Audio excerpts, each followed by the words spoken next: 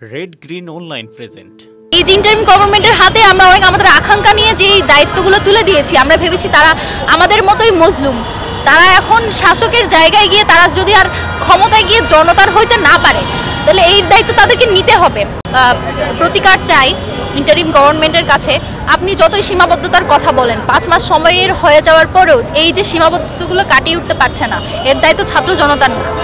আপনাদের তো আমাদেরকে কেন বলতে হবে বারবার যে আমরা বিপ্লবী কার্ড কেন গঠন করব? আমরা কিসের জন্য বেতন দিই? এই দেশের সরকারকে, এই দেশের যারা আইন শৃঙ্খলা বাহিনী আছে তাদেরকে আমরা কেন বেতন দিই? আমরা নিজেরা জীবন এখানে বিপন্ন করব বলে? আমরা নিজেরা রেভলিউশনারি গার্ড তৈরি করব বলে? এসব তো আমাদের দায়িত্ব না। আমাদের যেটুকু দায়িত্ব ছিল দেশের জনগণ হিসেবে, সাধারণ মানুষ হিসেবে, আমরা জুলাইতে সেটা করেছি। আমরা স্বৈরাচার হাসিনার মতো একজন গেড়ে বসে স্বৈরাচারকে আমরা পালিয়ে যেতে বাধ্য করেছি। এরপরে আমাদের দায়িত্ব ছিল আমরা নিজেদের পড়ালেখায় ফিরে যাব, সেটা আমরা যেতে পারছি না কাদের কারণে? এই যে ইন্টারিম গভর্নমেন্টের হাতে আমরা অনেক আমাদের আকাঙ্ক্ষা নিয়ে যে দায়িত্বগুলো তুলে দিয়েছি, আমরা ভেবেছি তারা আমাদের মতোই মজলুম। তারা এখন শাসকের জায়গায় গিয়ে তারা যদি আর ক্ষমতায় গিয়ে জনতার হইতে না পারে, তাহলে এই দায়িত্ব তাদেরকে নিতে হবে। তাদের কাছে আমরা 3টা দাবি করেছি। প্রথম দাবি, আওয়ামী লীগের নিবন্ধন বাতিল করতে হবে। দ্বিতীয়ত, এই গণহত্যা 24-এ গণহত্যা ছাড়াও 2013-তে শাপলা, 2009-এ পিলখানা, এছাড়াও কত শত গুম, খুন, হত্যা, ধর্ষণ, কত কিছু রক্ত লেগে আছে তাদের গায়ে।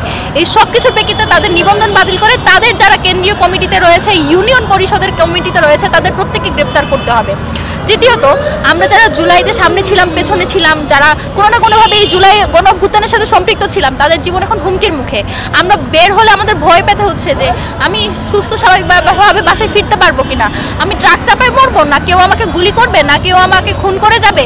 সেই খুন করার পরে হয়তো কোনো বিখ্যাত পত্রিকা আমাদের নামের পাশে বসিয়ে দিবে যে কোনো ছিনতাই বা চুরি চামারি করতে গিয়ে নিহত হয়েছে, অথবা কোনো কারোর সাথে বিদ্বেষের কারণে নিহত হয়েছে।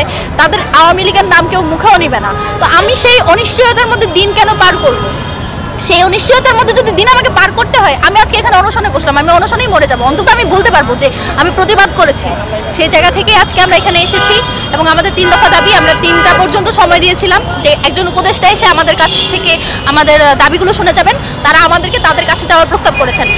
আমাদেরকে কেন তাদের কাছে যেতে হবে? কেন তারা ছাত্রদের কাছে আসতে পারবে না? তারা তো এই রাজপথ থেকেই তারা সেই ক্ষমতায় গিয়েছে। এখন তাদের রাজপথে আসতে সমস্যা কোথায়?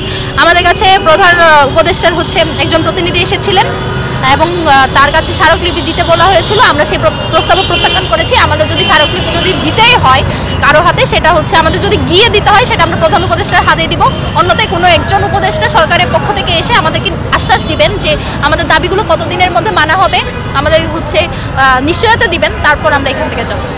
এই বিশেষ প্রতিবেদনটি যদি আপনাদের ভালো লেগে থাকে অথবা উপকৃত হন, তাহলে অবশ্যই এই চ্যানেলটি সাবস্ক্রাইব করুন এবং লাইক, কমেন্ট ও শেয়ার করে রেড গ্রিন অনলাইনের সাথেই থাকুন। Thanks to everyone. Red green online.